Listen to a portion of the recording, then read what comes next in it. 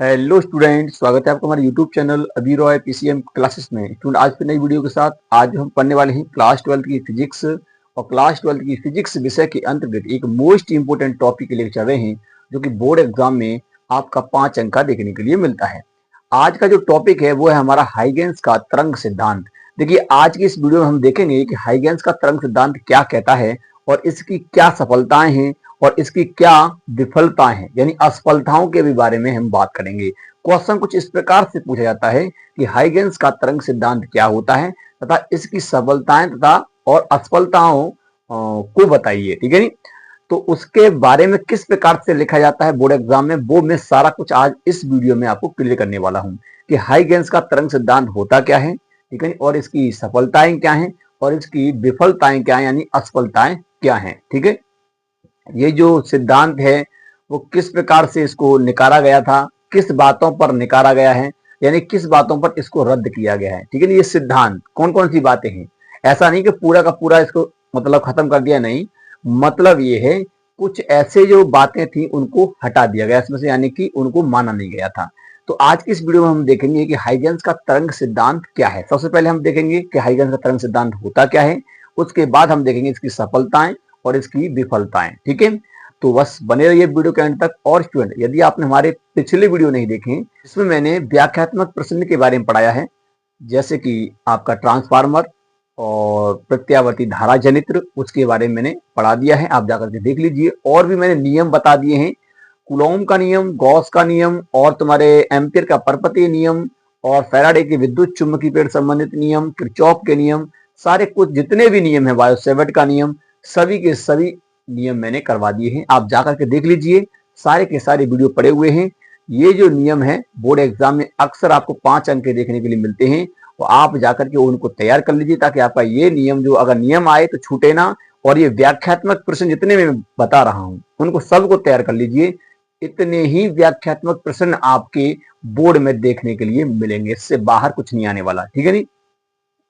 और स्टूडेंट, कुछ डेरिवेशन भी हैं, वो भी हम करवाएंगे। ठीक है स्टूडेंट, चलते हैं, वीडियो को स्टार्ट करते हैं। उससे पहले स्टूडेंट, यदि आप हमारे चैनल पर नए हैं तो चैनल को सब्सक्राइब कर लीजिए, बेल आइकन को प्रेस कर ऑल पे क्लिक कर दीजिए, ताकि आने वाले वीडियो की नोटिफिकेशन आपको मिलती रहे। चलते हैं, वीडियो को स्टार्ट करते हैं। तो चलिए स्टूडेंट, बात करते हैं हाइगेंस के तरंग सिद्धांत की। हाइगेंस का तरंग सिद्धांत क्या है तथा इसकी सफलताएं एवं असफलताएं। ठीक है नी, हम इनके बारे में बात करेंगे। ऐसे ही प्रश्न आपका बोर्ड एग्जाम में आएगा, तो आपको छोड़ना नहीं है। बस बहुत छोटा सा ये टॉपिक है, कुछ ही मिनट में ये टॉपिक खत्म हो जाएगा। ठीक है नी, बस आपको तैयार करना है इसको और कुछ नहीं, और बोर्ड एग्जाम आए ऐसा ही ऐसा छाप देना है। ठीक है, हाइगेंस का तरंग सिद्धांत बहुत ही आसान है, बहुत ही सिंपल है, कुछ ज्यादा नहीं है, थोड़ी बहुत बातें हैं, उनको तैयार करना है आपको। ठीक है, तो देखिए हाइगेंस कौन थे। हाइगेंस एक वैज्ञानिक थे।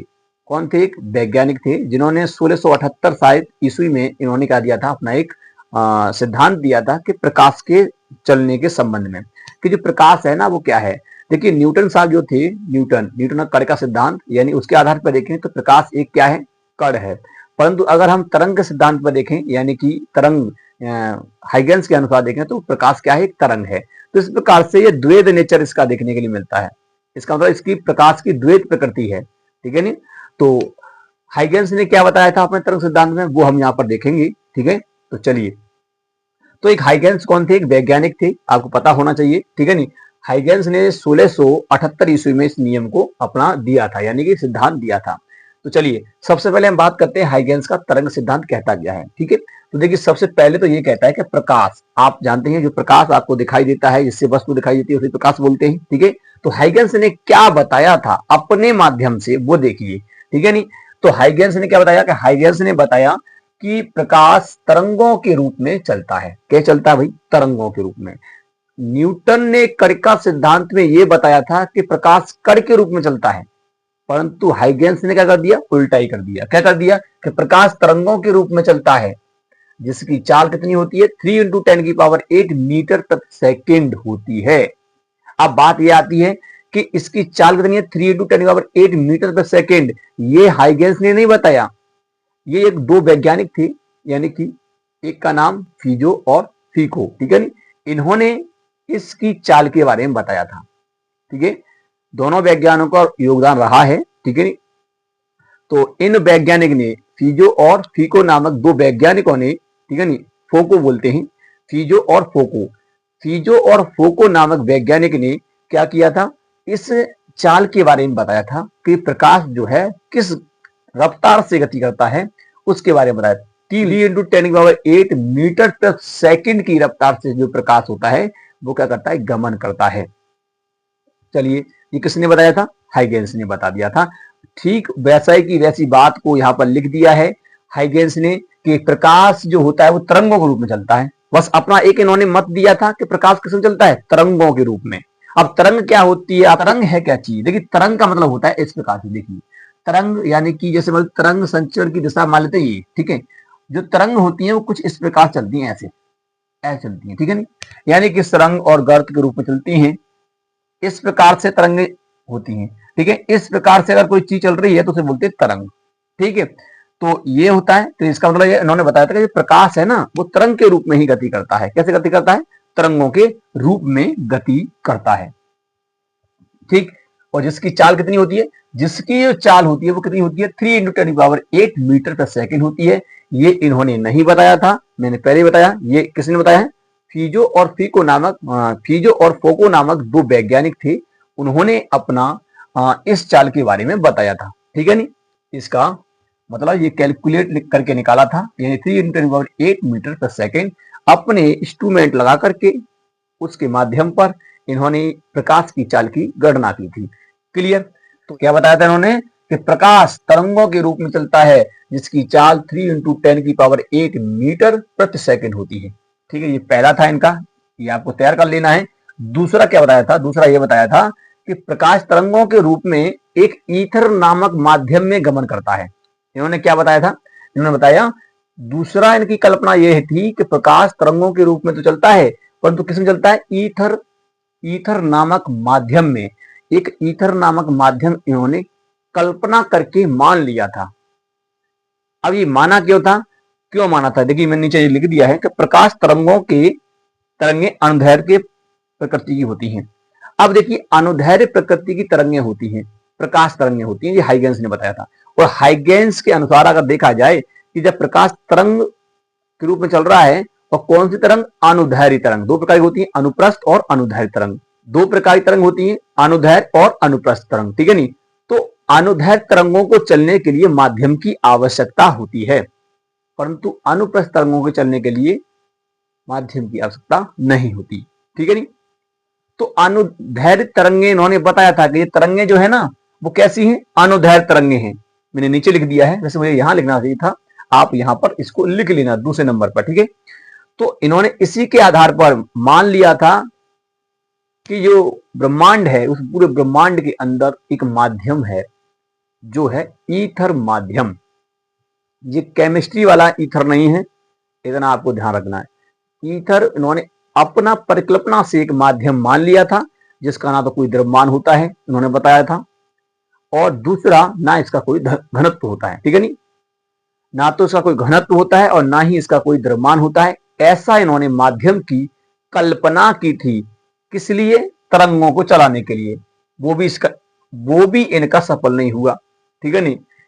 तरंगों को चलाने के लिए इन्होंने कल्पना की थी कि माध्यम जो ब्रह्मांड है उस पूरे ब्रह्मांड के अंदर ईथर नामक माध्यम है, ईथर नामक माध्यम है। ये जिसमें प्रकाश चल रहा है ना वो ईथर नामक माध्यम में गमन करता है। और इसकी जो कल्पना की वो भी क्या हो गई, गलत हो गई। वैज्ञानिकों ने इस कल्पना को गलत माना और कहा कि ये तो बिल्कुल ही गलत है, ठीक है नी। ये कौन सा माध्यम है, ऐसा कोई माध्यम है जिसका द्रव्यमान ना हो और उसका घनत्व ना हो, ऐसा कोई माध्यम नहीं है। तो इन्होंने बताया था ये वाला। सेकंड क्या बताया था, जब इन्होंने दूसरा क्या बताया था, दूसरा ये बताया कि प्रकाश तरंगों के रूप में एक ईथर नामक माध्यम में गमन करता है, अर्थात संपूर्ण, यहां ब्रह्मांड होगा, यहां क्या होगा, ब्रह्मांड, ठीक है नी, ब्रह्मांड, ठीक है नी।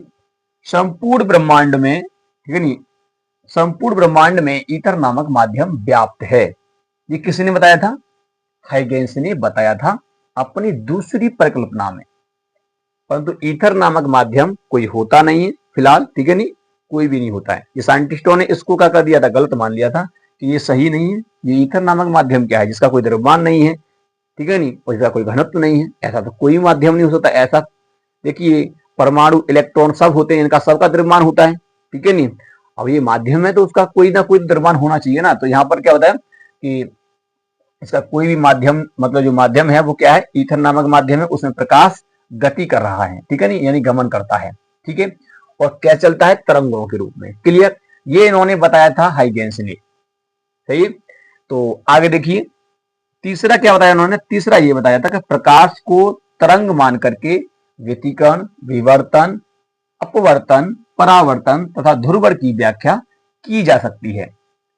प्रकाश को अगर हम तरंग मान लें, हाइगेंस ने बताया था कि अगर हम प्रकाश को तरंग मान लेते हैं तो हम व्यतिकरण और विवर्तन, अपवर्तन, परावर्तन और ध्रुवण की व्याख्या कर सकते हैं, ठीक है। देखिए ये जो टॉपिक आपको दिखाई दे रहे हैं, व्यतिकरण, विवर्तन, अपवर्तन, परावर्तन, ध्रुवण, ये सभी अलग अलग टॉपिक हैं। इन सभी के बारे में हम यहाँ पर देखेंगे, ठीक है। ये सभी के सभी अलग अलग टॉपिक हैं, बारी बारी से इन टॉपिकों को हम पढ़ेंगे, ऐसी बात नहीं। केवल अभी हम वो देख रहे हैं, केवल क्या कि हाइगेंस ने क्या बताया अपने सिद्धांत में, ठीक है। हाइगेंस ने बताया कि प्रकाश को अगर तरंग मान करके अगर देखा जाए तो हम व्यतिकरण, विवर्तन, अपवर्तन, परावर्तन और ध्रुवण की व्याख्या कर सकते हैं, परंतु प्रकाश कैसी तरंग होनी चाहिए, अनुदैर्ध्य, अनुदैर्ध्य तरंग होनी चाहिए, ठीक है। तो इन्होंने अपना तीसरी परिकल्पना यही बताई थी। चौथी क्या बताई, चौथा ये बताया कि जब प्रकाश तरंगें किसी वस्तु पर पड़ती हैं, अब ये तो जानते ही हैं कोई प्रकाश वस्तु पड़ता है तब जाकर हमारी आंख में पड़ता है, इसे वस्तु दिखाई देती है, ठीक है। यही बात न्यूटन ने बताया, पर उन्होंने कण को लेकर बताया। इन्होंने क्या बताया, इन्होंने ये बताया कि जब प्रकाश तरंगें किसी वस्तु पर पड़ती हैं और परावर्तन के बाद हमारे रेटिना पर पड़ती हैं, जिससे हमें वस्तु दिखाई देती है। इन्होंने बताया कि जो प्रकाश है, प्रकाश तरंगे हैं, वो पहले क्या जाए कहां पड़ती हैं, वस्तु पड़ती है, वहां से परावर्तन होकर के हमारी रेटिना पर पड़ती है, जिससे हमें वस्तु दिखाई देती है। ये किसने बताया था, हाइगेंस ने बताया था, ठीक है। इस प्रकार से तो ये इनकी चौथी परिकल्पना थी। पांचवी परिकल्पना क्या थी वो मैंने बता दिया आपको। प्रकाश की जो तरंगे हैं, ये प्रकाश तरंगे जो हैं वो कैसी प्रकृति की हैं, अनुदैर्ध्य प्रकृति की हैं। कैसी प्रकृति की हैं, अनुदैर्ध्य प्रकृति की हैं, अनुदैर्ध्य प्रकृति की होती हैं। क्लियर, तो ये इनकी कुछ परिकल्पनाएं थी, मैंने जो आपको बताई, यानी हाइगेंस ने अपने तरंग सिद्धांत में दी थी, ठीक है। ये इनकी परिकल्पनाएं थी। अब देखिए, अब हम बात करेंगे कि हाइगेंस की सफलताएं क्या थी तरंग सिद्धांत की, और असफलताएं क्या थी जिससे ये असफल रहा, ठीक है नहीं, वो भी हम यहाँ पर देखेंगे। तो चलिए हम सबसे पहले देखते हैं इसकी सफलताएं, फिर उसके बाद देखेंगे असफलताएं। इनकी दोनों हम यहाँ पर देखने वाले हैं। तो चलिए इसका स्क्रीनशॉट ले लीजिए पहले। तो चलिए स्टूडेंट अब बात करते हैं यहाँ पे हम इसकी सफलताएं और असफलताएं के बारे में, ठीक है। ये आपकी पूछ ली जाती है, ज्यादा नहीं है, दो दो तीन तीन है, बस आपको तैयार कर लेनी है, ठीक है। तो देखिए सफलताएं क्या थी। हाइगेंस ने बताया था कि जो प्रकाश के माध्यम से जो तरंग मान करके, प्रकाश को तरंग मान करके हम परावर्तन और अपवर्तन की व्याख्या कर सकते हैं, ठीक है नहीं। तो उन्होंने करके भी दिखाया था। जब हम देखेंगे कि हाइगेंस के द्वितीय तरंग सिद्धांत के आधार पर अपवर्तन के नियम की व्याख्या, ये आपका वीडियो जल्दी ही आएगा, बहुत ज्यादा इंपॉर्टेंट है, 5 अंक का देखने के लिए बोर्ड एग्जाम में आपको मिलेगा, ठीक है नहीं, बहुत ज्यादा इंपॉर्टेंट है, वो आपको जल्दी ही मिलेगा। तो हाइगेंस ने क्या किया था कि तरंग सिद्धांत के अनुसार प्रकाश के अपवर्तन और परावर्तन, व्यतिकरण, विवर्तन की व्याख्या की, ठीक है नहीं। परंतु इसमें एक और चीज रहा था कि ध्रुवण की व्याख्या नहीं कर पाए। ये जो ये दावा कर रहे थे कि यानी कि ध्रुवण की व्याख्या की जा सकती है, परंतु ये ध्रुवण यानी प्रकाश का ध्रुवण की व्याख्या नहीं कर सका, ये जो तरंग सिद्धांत था। अब क्यों नहीं कर सका अभी हम देखेंगे, ठीक है। तरंग सिद्धांत के अनुसार पहला क्या था इनका, तरंग सिद्धांत के अनुसार प्रकाश के अपवर्तन, परावर्तन, व्यतिकरण, विवर्तन की व्याख्या की जा सकती है, यानी कि अगर हम इसको तरंग मानते हैं तो, ठीक है नहीं। तो इन्होंने बताया था, ये पहले इसकी क्या है, सफलता है, ठीक है नहीं। दूसरी देखिए, प्रकाश की चाल सभी माध्यमों के लिए भिन्न भिन्न होती है, ये तो हाइगेंस ने भी माना, ठीक है नहीं। प्रकाश की चाल सभी माध्यमों के लिए क्या होती है, भिन्न भिन्न होती है। ये किसने बताया था, मतलब हाइगेंस ने माना था, ठीक है नहीं। तो ये भी इनकी क्या है, एक क्या है, सफलता है। तो बस इतना ही लिखना होता है कि हाइगेंस की सफलता में कि हाइगेंस ने क्या माना था कि प्रकाश जो है अगर हम उसको तरंग मानते हैं तो परावर्तन और अपवर्तन, विकिरण, विवर्तन की व्याख्या की जा सकती है। ठीक। और दूसरा ये माना था कि प्रकाश की चाल सभी माध्यमों के लिए भिन्न भिन्न होती है। अब माध्यम ठोस, द्रव, गैस सबके लिए अलग अलग होती है। क्लियर। चलिए अब बात करते हैं इसकी असफलताएं की। देखिए असफलताएं क्या है, इनकी गलतियां क्या रही वो हम यहाँ पर देखते हैं। वो देखिए असफलता देखते हैं इसकी। पहली असफलता ये है कि इससे प्रकाश वैद्युत प्रभाव की व्याख्या ना की जा सकी।